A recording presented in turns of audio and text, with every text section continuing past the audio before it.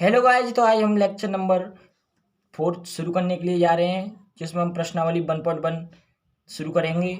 आज सभी का इस क्लास में आपका सभी का स्वागत है। तो जैसे ही हम पहले लेक्चर में 3 लेक्चर बता चुके हैं कि n संख्याएं प्राकृतिक संख्याएं होती हैं जो 1 से लेकर अनंत तक होती हैं। w से हम पूर्ण संख्याओं को दर्शाते हैं, 0 से लेकर अनंत तक होती हैं। और z के माध्यम से दर्शाते हैं हम जो वास्तविक संख्याएं होती हैं उनको।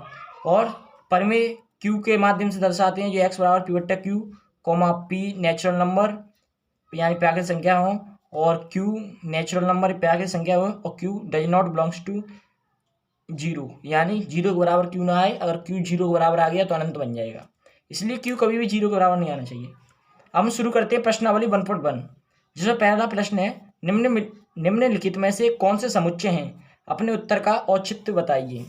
निम्नलिखित में से कौन से समुच्चय हैं? समुच्चय होता क्या है?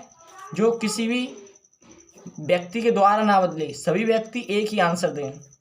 जैसे फॉर एग्जाम्पल जे अक्षर के, जैसे पहला प्रश्न है जिसमें पहला जे अक्षर से प्रारंभ होने वाले वर्ष के सभी महीनों का संग्रह है। जे अक्षर से कौन कौन से प्रारंभ होते हैं? जैसे जनवरी और जून, जुलाई, और वैसे जनवरी, फरवरी, मार्च, अप्रैल, मई, जून, जुलाई, अगस्त, सितंबर, अक्टूबर, नवंबर, दिसंबर, ये जुलाई तक ही हैं। और हम किसी से ही पूछेंगे तो यही बताएगा कि हाँ यही 3 हैं, और कोई भी अलग नहीं बता सकता। इसलिए ये हमारा इसका पहला आंसर हुआ, सभी महीनों का संग्रह जे अक्षर से प्रारंभ होने वाले, तो वो यही हो गई। जैसे दूसरा प्रश्न हमारे पास, भारत के 10 सबसे बड़े अधिक प्रतिभाशाली लेखकों का संग्रह। अब इसमें क्या है कि प्रतिभाशाली लेखकों का संग्रह, किसी से पूछो तो कोई प्रेमचंद बताएगा, किसी से पूछा जाए तो किसी को सुभद्रा कुमारी चौहान बताएगा, किसी से पूछा जाए कोई अलग बताएगा। ये सबकी अलग अलग चॉइस है, वो कौन सा किससे बताए, तो ये इसे हम लिख देंगे। अतः यह सुपरिभाषित नहीं है, क्योंकि हर एक व्यक्ति के अनुसार बदल रहा है। कहीं कोई दूसरा बता रहा है, कोई दूसरा बता रहा है, इसलिए बदलना नहीं चाहिए। प्रत्येक व्यक्ति के द्वारा समान ही रहना चाहिए। वही जो सुपरिभाषित संग्रह होगा वही हमारा समुच्चय होगा। तीसरा प्रश्न है, विश्व के सर्वश्रेष्ठ 11 बल्लेबाजों का संग्रह। विश्व के सर्वश्रेष्ठ 11 बल्लेबाजों का संग्रह, अब किसी से ही पूछा जाए तो भारत में भी अलग अलग बताएंगे। कोई सचिन तेंदुलकर बताएगा, कोई विराट कोहली बताएगा, और फिर हम अमेरिका में चले जाएं, वे अपनी चॉइस के हिसाब से बताएंगे, कौन किसी को बताए या कोई किसी को बताए। ये भी क्या है, सुपरिभाषित संग्रह नहीं है, तो ये अतः इसका भी समुच्चय नहीं होगा। तो हम लिख देंगे सुपरिभाषित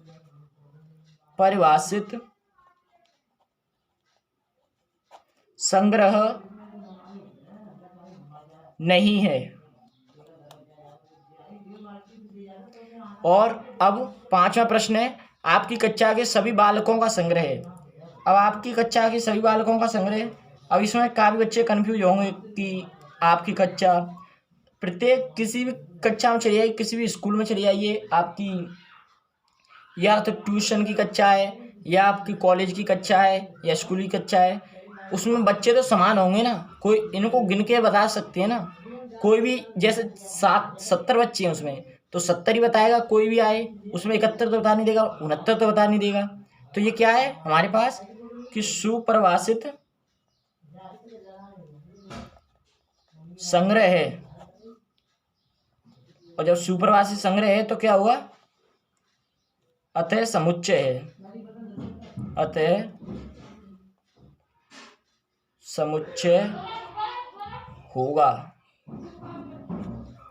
ठीक, ऐसे ही पांचवा प्रश्न हमारे पास, 100 से कम सभी प्राकृतिक संख्याओं का संग्रह। 100 से कम सभी सम प्राकृतिक संख्याएं कौन सी हैं? इससे किसी से भी पूछोगे, हर बंदा बता देगा कि हाँ 100 से कम प्राकृतिक संख्याएं ये हैं। कोई भी इससे ज़्यादा नहीं बता पाएगा, अगर बता भी देगा तो गलत होंगी। मतलब बता सकता है, कोई सेम ही बताएगा ज़्यादातर। तो इसका आंसर होगा 100 से कम सभी प्राकृतिक संख्याओं का संग्रह कौन सा होगा? जैसे 1, 2, 3, 4 डॉट डॉट डॉट डॉट आगे तक की अनंत संख्याएं प्राकृतिक आएंगी, लेकिन वो कहाँ तक आएंगी? 100 तक। ओनली और ओनली 100 तक आएंगी केवल। ये हमारी 100 तक प्राकृतिक संख्या हो गई, ये समुच्चय बन गया। उसके बाद लेखक प्रेमचंद्र द्वारा लिखित उपन्यासों का संग्रह है। लेखक प्रेमचंद्र द्वारा लिखित उपन्यासों का संग्रह क्या हुआ? कोई भी जब लेखक हैं उन्होंने संग्रह उपन्यासों की जितनी भी लिखी हैं उनको हम गिन तो सकते हैं, काउंटिंग तो कर सकते हैं उनकी। कोई भी अगर उन्हें गिनेगा तो तुरंत बता सकता है कि इतने संग्रह हैं, तो इसलिए ये भी सुप्रवासी संग्रह ही होगा। सुपरिभाषित संग्रह है। जब सुपरिभाषित संग्रह है तो समुच्चय भी होगा, अतः समुच्चय है। ठीक, क्योंकि हम उन्हें गिन तो सकते हैं कितने हैं। ऐसा ही लास्ट क्वेश्चन है इसका, सभी समपूर्णांकों का संग्रह है। 7वां प्रश्न हमारे पास, पहले का 7वां, सभी समपूर्णांकों का संग्रह है। कोई भी समपूर्णांक हैं उनको हम काउंटिंग कर सकते हैं, कोई भी अलग तो नहीं बताएगा, क्योंकि हम उन्हें काउंटिंग कर सकते हैं, ज़्यादा नहीं बता सकते, जितने हैं उतने ही। जैसे समपूर्णांक कौन कौन से हमारे पास, 2 है, 4 है, 6 है, 8 है, डॉट डॉट डॉट डॉट अनंत तक है, क्योंकि इन्होंने कोई बताया तो है नहीं किस संख्या तक लेनी है, तो अनंत आएंगे ये। तो हमारे पास काफ़ी हो गई, क्यों ये सुपरिभाषित संग्रह है और प्रत्येक यही बताएगा, तो इसलिए ये सुपरिभाषित संग्रह है तो समुच्चय भी है। ऐसे ही आगे के एग्जाम्पल हैं, इस अध्याय में आने वाले प्रश्नों का संग्रह है। इस अध्याय में कितने प्रश्न हैं, जितने होंगे उतने हम काउंटिंग तो कर सकते हैं, तो इसमें भी हम लिख देंगे सुपरिभाषित संग्रह है। सुपरिभाषित संग्रह है तो अतः समुच्चय है। ठीक, अब लास्ट 9वां प्रश्न है, पहले का 9वां, विश्व के सबसे अधिक खतरनाक जानवरों का संग्रह। अब इसे तो कोई बता नहीं सकता कि विश्व के सबसे अधिक खतरनाक जानवर कौन से हैं। किसी से पूछो कोई चीता बताएगा, किसी से पूछो शेर बताएगा, और किसी से पूछो कोई बिल्ली ही बताएगा, किसी से पूछो तो किसी को चूहे से ही डर लगता है। काफ़ी अलग अलग अपने हिसाब से बता सकते हैं इसको, कोई भी ये नहीं कहेगा कि हाँ ये इतने फिक्स हैं, तो इसलिए ये क्या है, सुपरिभाषित संग्रह नहीं है। सुपरिभाषित संग्रह नहीं है। सुपरिभाषित संग्रह नहीं है, तो जब सुपरिभाषित संग्रह नहीं है तो समुच्चय भी नहीं बनेगा। दूसरा प्रश्न, ये बहुत ही इजी है, इसको भी देख लेते हैं जैसे कि दिया है। प्रश्न नंबर 2, मान लीजिए ए बराबर समुच्चय A, 2, 3, 4, 5, 6, समुच्चय बंद, रिक्त स्थानों में उपयुक्त प्रतीक बिलोंग्स टू अथवा डज नॉट बिलोंग्स टू भरिए। बिलोंग्स टू और does not belongs to actual में होता क्या है, जो भी हमारा जैसे कोई भी अंक है, जैसे हमारे पास 5 है तो 5 इसमें है या नहीं, अगर है तो बिलोंग्स टू का निशान लगाएंगे, अगर नहीं है तो डज नॉट बिलोंग्स टू का निशान लगाएंगे। डज नॉट का मतलब इसमें उपयुक्त नहीं है, इसमें अवयव हुआ है नहीं है। इनको अवयव कहते हैं, जितने भी समुच्चय में हैं वे अवयव हैं, सारे के सारे अवयव हैं। इन्हीं को अवयवों को हम समुच्चय में दर्शाते हैं। तो हम जैसे 5 अवयव है समुच्चय में, क्या नहीं है, अगर है तो बिलोंग्स टू आएगा यहाँ पे निशान।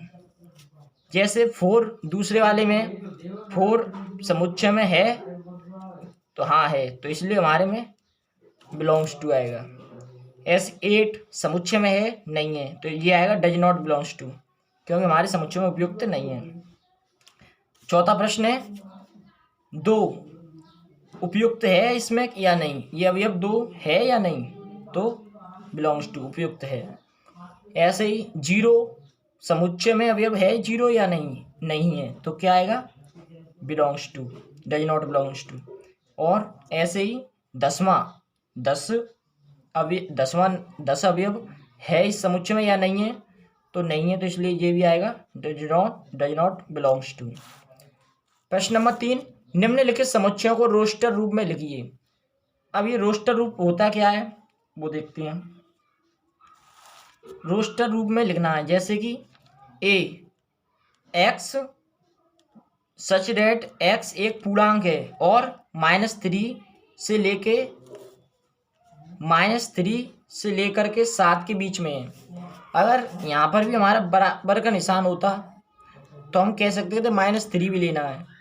जैसे कि अगर हमारे पास ये मान लो जैसे रफ कार्य है, यहाँ पर ये रफ कार्य है और कहीं भी हमारे पास ये निशान है और ये इस प्रकार से लगा है और उस पर इस प्रकार से लगा हुआ है, तो हम इसको भी काउंटिंग करेंगे।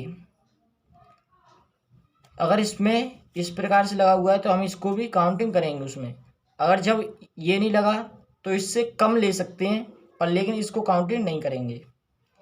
ऐसे ही इसको सवाल को देखते हैं।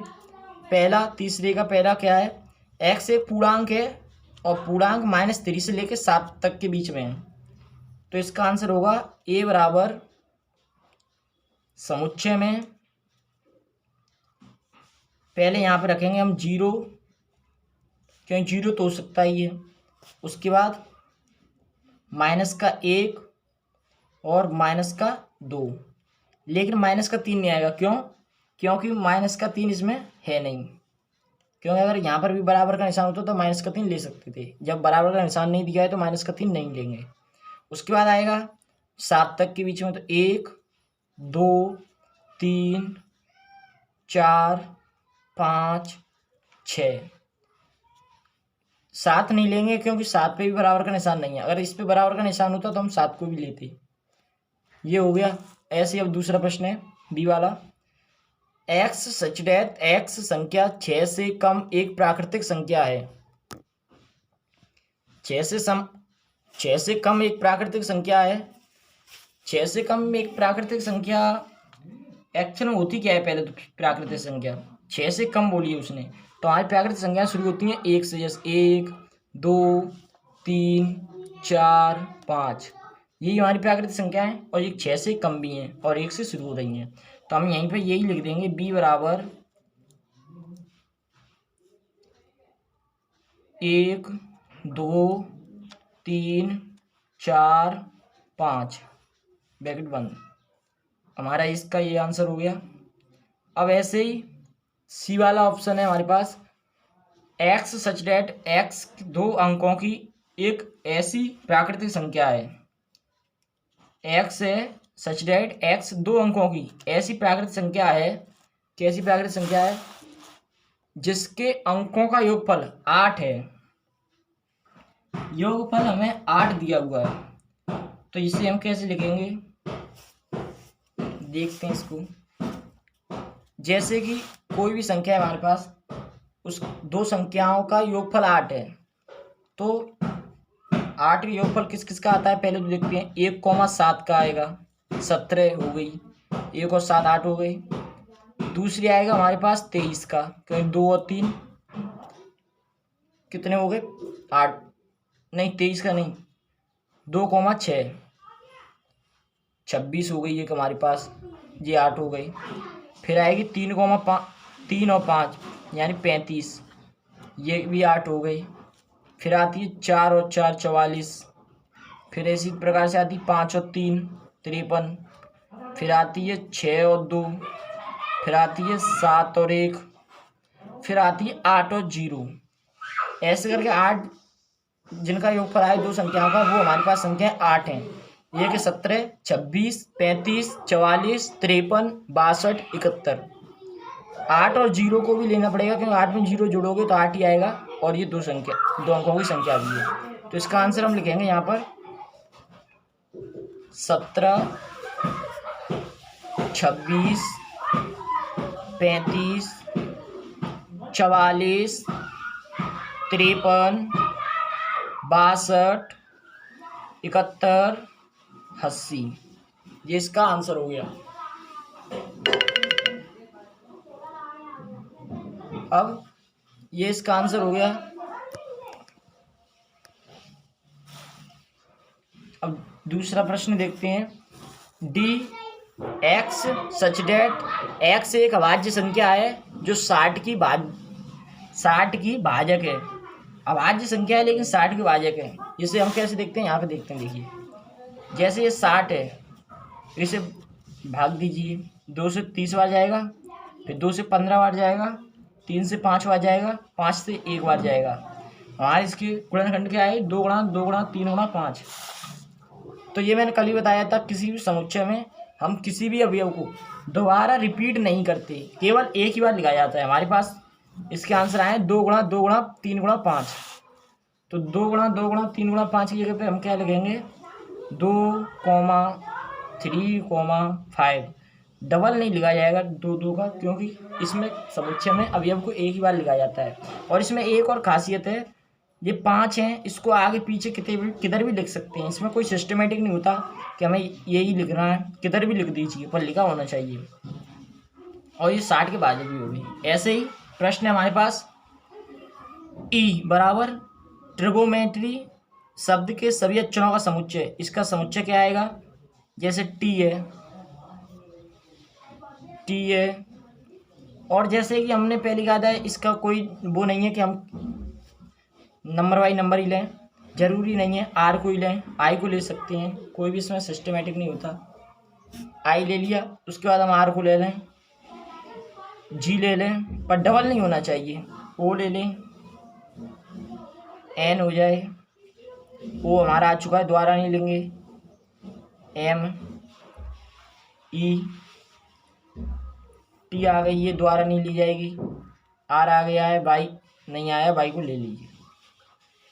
बाई आर हो गया, टी हो गई, ई हो गई, एम हो गया, ओ हो गया, एन हो गया, ओ हो गया, जी हो गई, आई हो गई, आर हो गई, टी हो गई। ये हमारा समुच्चय आ गया ट्रिगोमेट्री का। उसके बाद एफ बराबर बेटर शब्द के सभी अक्षरों का समुच्चय। बेटर शब्द के समुच्चय कैसे बनेंगे, इसको भी इसी प्रकार से बनाएंगे। जैसे ई बराबर एफ बराबर, बी को लिखेंगे, ई को लिखेंगे, टी को लिखेंगे, लेकिन टी को दोबारा नहीं लिखेंगे क्योंकि समुच्चय में एक ही बार लिखा जाता है। ई को फिर दोबारा नहीं लिखेंगे, आर लिखेंगे। ये हमारे पास बन गया। फिर प्रश्न नंबर 5 और देखते हैं। प्रश्न नंबर 3 तक हमारे कंप्लीट हो गई। चौथा ने एक समझने का है, उसे बाद में करेंगे, पहले 5वां और देखते हैं इसी प्रकार का। 5वां प्रश्न है हमारा, निम्नलिखित समुच्चयों के सभी अवयवों यानी सदस्यों को सूचीबद्ध कीजिए। जो हमारे पास अवयव हैं उन्हें सूचीबद्ध करना है। तो देखिए कैसे करते हैं।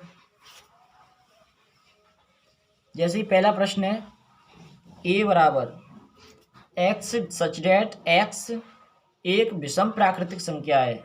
विषम प्राकृतिक संख्या कैसी होती है हमारे पास, विषम प्राकृतिक संख्या जैसे कि 1 है, 3 है, 5 है, 7 है, 9 है, और डॉट डॉट डॉट डॉट ये अनंत तक चलेंगी। ये हमारी विषम प्राकृतिक संख्या हैं। ये हमने इस प्रकार से दर्शा दिया। दूसरे नंबर में एक्स बी बराबर दिया है एक्स सच डेट एक्स एक पूर्णांक है -1/2 से लेकर के एक्स 9/2 तक, यानी इनके बीच की लेनी है। इसके बराबर तो दिया नहीं है निशान, तो बराबर की लें, इसके बीच की केवल। तो बीच की कैसे लिखेंगे, बी बराबर -1/2 से क्या बड़ा होता है, और पूर्णांक बोला है।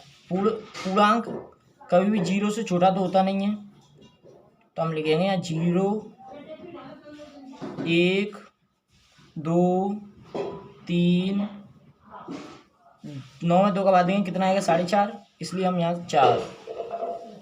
ये इसके बीच की संख्या है वही, क्योंकि इसने पूर्णांक बोला है, तो पूर्णांक यही आएंगे। अब उसके बाद सी ऑप्शन है हमारे पास, एक्स सच डेट एक्स एक पूर्णांक है जो एक्स स्क्वायर बराबर है 4 के, यानी एक्स का वर्ग है 4। तो इसे हम कैसे लिखेंगे, सी बराबर एक पूर्णांक है तो माइनस का 2, 4 का वर्ग कितना होता है, माइनस का 2, 0 और 2।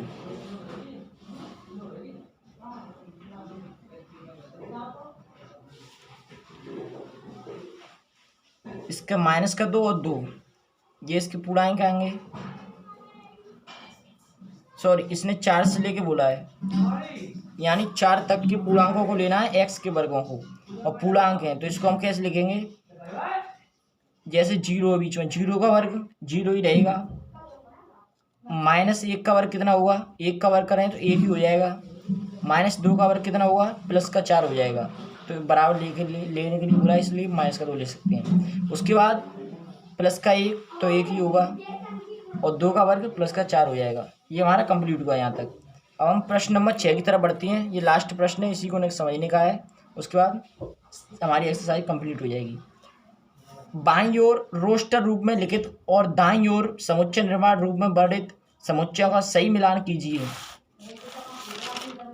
पहले मिलान करते हैं, फिर इसके बाद एक प्रश्न और रहेगा लास्ट। जैसे 1 2 3 6 किस में दिख रहा है, पढ़ते हैं पहले। एक एक्स सचडेट एक्स एक अभाज्य संख्या है और 6 की भाजक है। 6 की भाजक अभाज्य किस प्रकार से आएंगे, जैसे 6 के हमने गुणा किए तो 3 और 3, 2 और 3, 2 और 3 कहीं दिख रही हैं, ये रही, तो ये इसके आंसर है। मिलान करना है, इसमें कुछ नहीं करना। पहला है, अब बी है एक्स सचडेट एक्स संख्या 10 से कम एक विषम प्राकृतिक संख्या है। 10 से कम विषम प्राकृतिक संख्या हमारी दिख रही हैं, 1 3 5 7 9, सभी 10 से कम विषम प्राकृतिक संख्या हैं। इसको डायरेक्ट इस प्रकार से मिला देंगे। उसके बाद है मैथमेटिक्स, जो कि मैथमेटिक्स शब्द का अक्षर है, ये लास्ट वाले डी से इसको मिला देंगे। फिर है सी ऑप्शन, एक्स सचडेट एक्स एक प्राकृतिक संख्या है और 6 की भाजक है। प्राकृतिक संख्या 1 से शुरू होती हैं और 6 तक जाती हैं, तो हमारी 1 भी है, 2 भी है, 3 भी है, क्योंकि 1 का भाग जाएगा, 2 का भाग जाएगा, 6 में 3 का भाग जाएगा, 6 में 6 का भी भाग जाएगा, तो इसलिए ये सी से मिला देंगे इसको। लास्ट प्रश्न है हमारा, निम्नलिखित समुच्चयों को समुच्चय निर्माण रूप में व्यक्त कीजिए। अब इन्हों को समुच्चय निर्माण रूप में व्यक्त करना है, तो कैसे करेंगे, ये हमें दिख रहा है 2 4 6, एक्चुअल में ये है क्या, एक्चुअल में ये है एक्स सच दैट एक्स इस प्रकार है कि 2 4 6, यानी ये क्या है, ये 2 का फाड़ा है, तो 2 के फाड़े को कैसे लिखा जाता है, इस प्रकार से 2 की घात 1, 2 की घात 2, नहीं 2 गुणा 1, 2 गुणा 2, 2 गुणा 3, इस प्रकार से फाड़े को लिखा जाता है। मतलब जी एक्स है हमारे पास, उसमें किसका गुणा हो रहा है, किसी प्राकृतिक संख्या। प्राकृतिक संख्या को इंग्लिश में क्या कहते हैं, नेचुरल नंबर। तो नेचुरल नंबर को किस प्रकार से दर्शाएंगे, देखें, एक्स बराबर है किसके, 2 तो है ही इसके आगे, तो 2, और ये क्या है पीछे, नेचुरल नंबर 2n के, और नेचुरल नंबर क्या है, natural number belongs to natural number, यानी प्राकृतिक संख्या में इसी ली गई है। इसको हम यहीं पे छोड़ देंगे, इस प्रकार से लिखते हैं। और इसको एक तरीके से हिंदी में और करते हैं,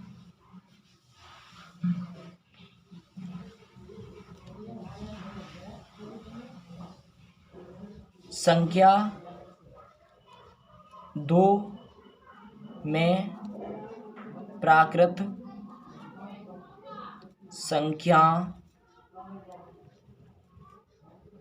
का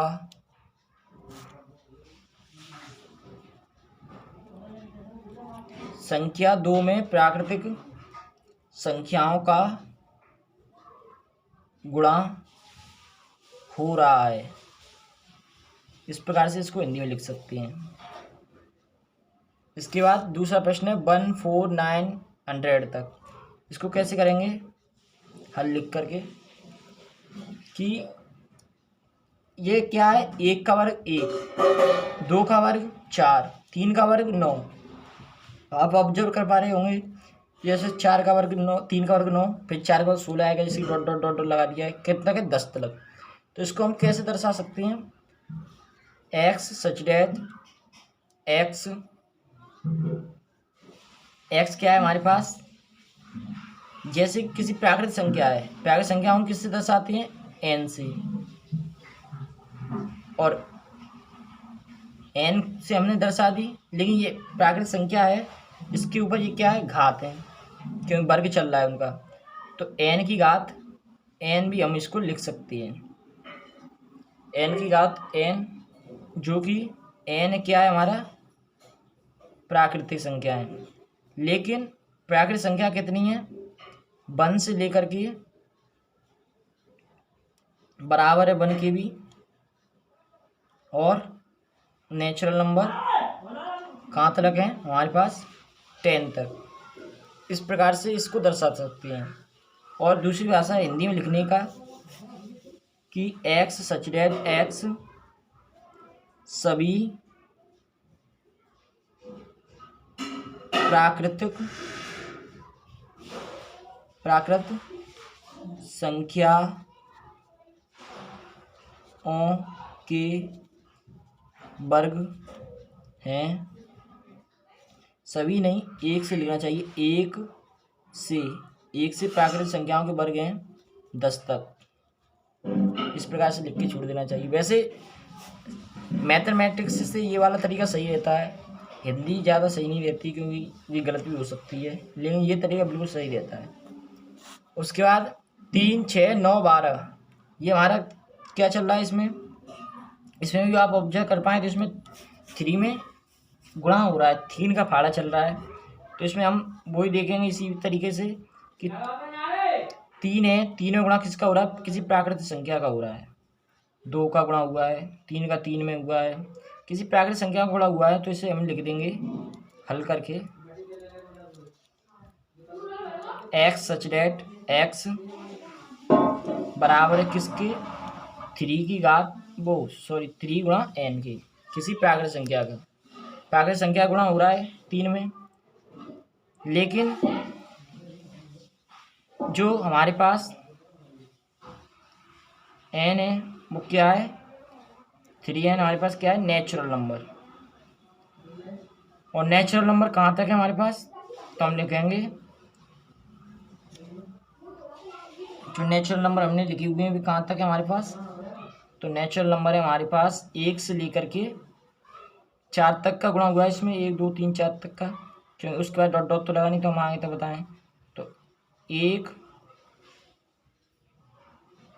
नेचुरल नंबर 1 बराबर है, क्योंकि 1 का गुणा हुआ है इसमें, उसके बराबर है 4, इसको लिख करके इतना छोड़ देंगे, और इसको इस तरीके से लिखा जा सकता है, 3 की भाज्य संख्याएं हैं,